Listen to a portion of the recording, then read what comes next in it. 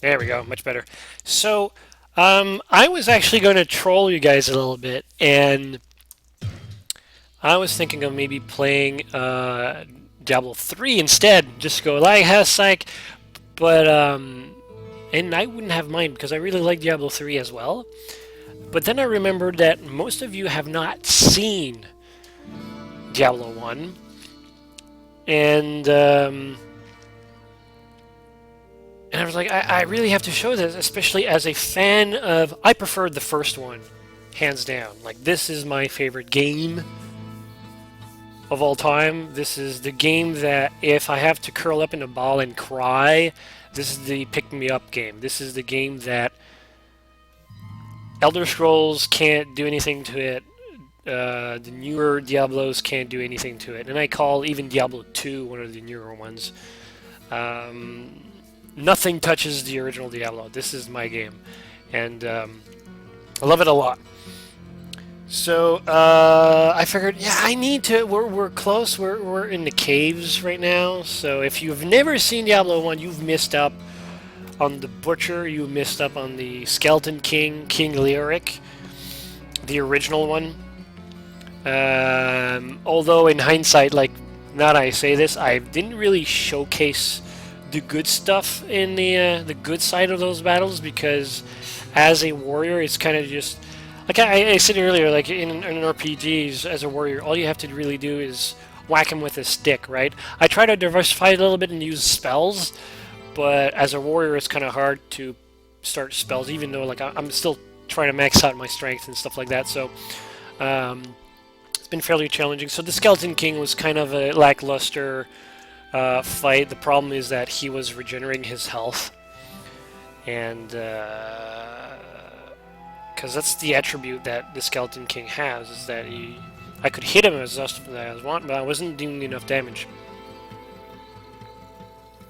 So, and for those who act like Neogress, who say that his first Diablo game was Diablo 3, I gotta point out that items in this game, when they get destroyed, in terms of durability, they're gone. When durability gets to 0, it just disappears. It vanishes. You never get it ever again. So you got to repair your stuff. And if you don't repair from the blacksmith, because the warrior has a skill to repair, but if you use the skill to repair, then because you can repair like underground, like in the cave and in the dungeon, the maximum value of durability gets dropped progressively. How do you know he was healing? Because experience. I've played that game to death. And it's just one of those things that you kind of figure that, okay, well, you know, if you hit him, if you can kill him with a character that would normally, like if you go like with a really high level character, and I used to do that a lot in multiplayer, where if you have, I don't know, I was fighting him as a level, what, maybe 10, 15? What level am I now? 17, so it would have been something closer to 12. It's one thing, but when you're fighting him with the level 30 in normal difficulty, he's a lot easier to hit. So you can probably kill him like in 3 hits. But if you systematically kill him in like, say, 2 hits, and then you try it out and you only hit him once, and then you wait, and then you hit him once again, and it's like, he's not dead. And if you wait it again and you hit him again, that's 3 hits. Normally it takes 2, so it's like, you kind of understand that he heals. And primarily it goes to the fact that with the Undead Crown, he steals life, so he regenerates like that too. I don't know if it's because of the crown that that's his only ability, like the only way to gain life. I suspect that it is, but I think it's hard-coded that way. So, why is there so much stuff on the floor? I love that. Because I like to keep everything, and there's no stash, so there's no chests or anything like that. Normally this I wouldn't do because, well, when you play online, which I normally do, I haven't since 1999, but whatever. Everybody could steal your stuff, so you just don't throw them on the ground. And I used to play very minimalistic, and now I don't really care for the money, I guess. But I think I'm doing okay for the money, so it's not that bad. I was short a while ago, but stay a while and listen. Just gonna identify all that crap and whoop. Fast attack and oh, it's damage with fast attack. That's pretty good. Why was I using the gnarled brute? Oh, for the damage and the extra magic. Gotcha.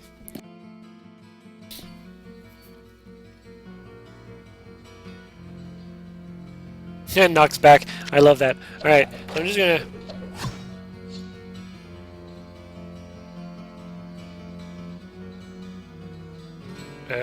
what? How do I have a dupe?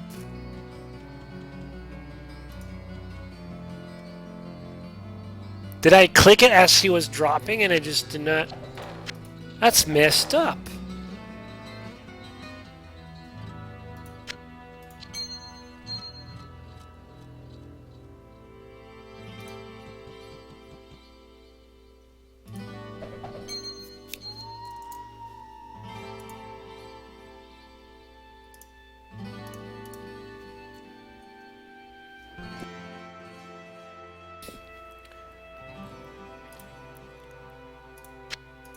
There we go, sounds better.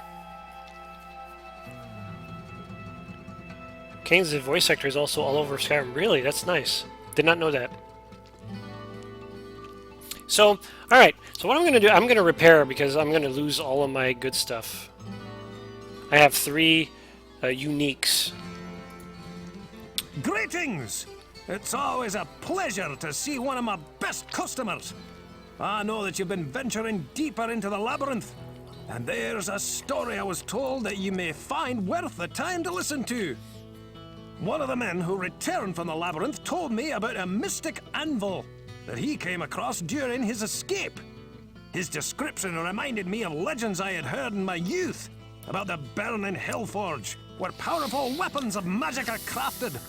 The legend had it that deep within the Hellforge rested the Anvil of Fury. This anvil contained within it the very essence of the demonic underworld.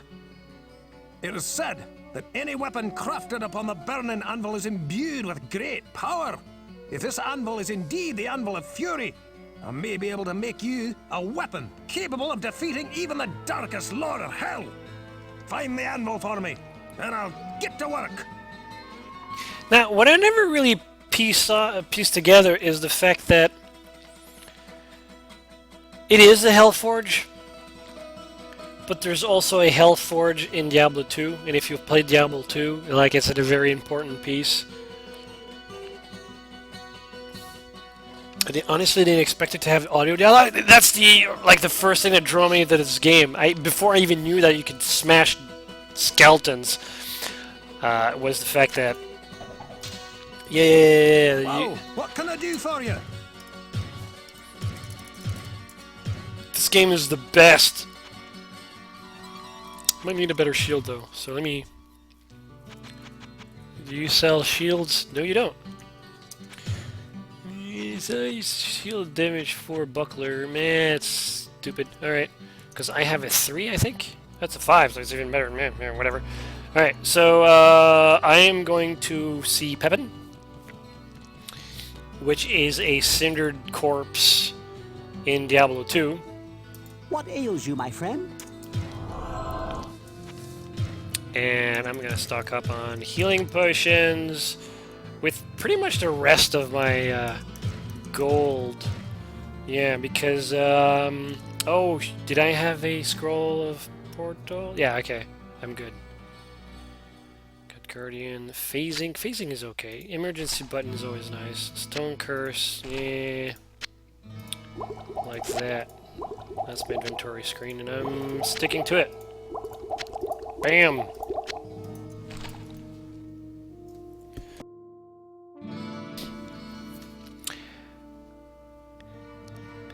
Kane is Jarl Balgruuf and every NPC with the same voice.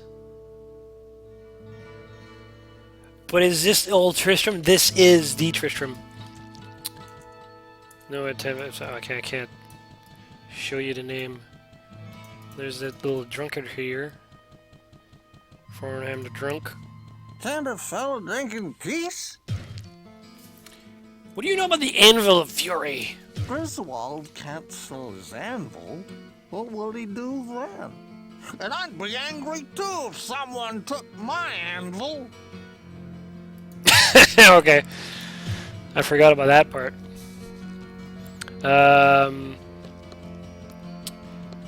Neil Grizz, you've played Diablo 3. Meaning, I mean, I haven't expected you to play Diablo 2, but you know of an NPC that is called Squirt? I'm pretty sure you have. She's a tiny little girl in the Act 2 in the Chaldean Desert, and she is basically a merchant that is in the hidden camp. Remember that character? Well, here's the original guy. Because Squirt comes from Wirt, the peg-legged boy. And if you play Diablo 2, and if you go to the semi-similar location, you will find a corpse. You can loot the leg, the peg leg, and tons of money spews out. Yeah, the peddler. So, Psst, over here. For 50 gold, I can see what he has in his inventory, and he will sell. He's the gambler. He's Geed in Diablo 2. He's the guy that you just... He's actually an asshole, but I'll talk to Wirt. He has a crush on the girl in town. If you were to find this artifact for Griswold, it could put a serious damper on my business here. You'll never find it. Yeah. Watch me. So, yeah. I really hate that character. So I was kind of happy that in Diablo 2 he kind of died, and they made more references to him in Diablo 3, excluding Squirt. Adra is in this game. You know Adra. You've played... I'm actually giving him a tour of Diablo 1 here. You know, this is your... Yeah, I got more crap here. There's a video on YouTube. You ripped off his leg peg. No, you do that afterwards. Like, he's already dead, and you just, like, take revenge. Because in Diablo 1, he charges, like, 50 gold for... just to see random junk sometimes, but he's the guy who will sell you, like, the really powerful stuff sometimes. And it's sometimes going to be, like, 50,000 gold to 5,000 gold and stuff like that, so it's really... So, Adria is right here. But I was going to mention, there's a... she looks different. Essentially, she's younger in this game. I sense a soul in search of answers. There are many artifacts within the labyrinth that hold powers beyond the comprehension of mortals. Some of these hold fantastic power that can be used by either the light or the darkness. Securing the anvil from below could shift the course of the Sin War towards the light. Yay! Angels of Demons. Sweet. And, yeah, I was going to say, there's a video on YouTube, and I should find it at some point and link it. It showcases... There's a guy who played Diablo 1, 2, and 3, and he basically repeated the same movements, starting from town, like when you spawn in town, of all three Tristrams. And he walked around and showcases like the scale differences and the similarities of all, technically the same town in 3 different games. And it's really interesting to note that Diablo 2 is the one that looks the most different in terms of scale and proportions and all that stuff. Diablo 3 matches almost identical to this Tristram. And if you follow the path right at the beginning of you have like New Tristram, right? But then you find your way to Old Tristram, which is just a giant ruin, and there's nothing in town except for like buildings that are like crumbling down. And then you have what's her name? Leela? I think it's Leia. No, I'm throwing a blank. Leia, yeah, it's Leia. She opens the gate for you and stuff like that, and then you go off and she talks about her mother, Adria. And if you follow that path, it's basically the same path that you would take here. I mean, the waters are better, like the rivers and stuff like that are wider and stuff like that. But that's the building that you go to, and then you fight a boss, and then you discover like the journal of Adria and stuff like that, and you leave Leia to study her a little bit about her mom while you fight, and then the zombies and skeletons come out. This is the hut.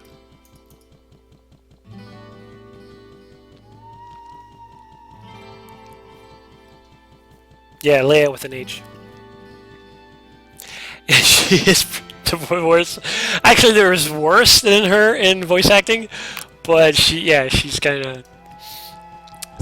Thankfully, the quests are random, so we might not experience the worst voice actor. If I remember correctly, it's a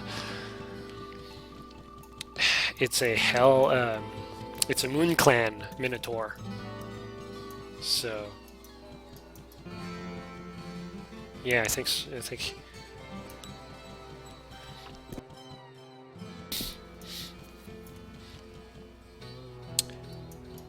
Yeah. So I'll have to link the video.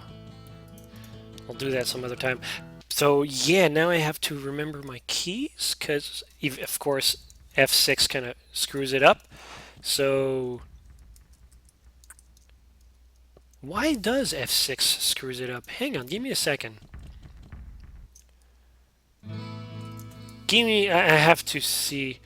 Is it my spaces that does that? Because if it is, I'll turn that off. Spaces in mission control, thank you. No, it's F12. 12, 11 to off. So it's maybe in parallels. Come here, parallels. There's something I need to change. Just real quick, I'm sorry I'm delaying the awesome epicness, but I need to figure out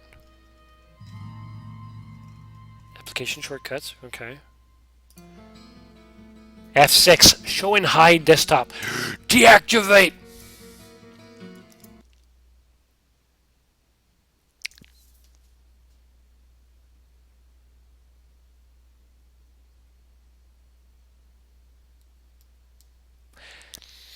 Oops.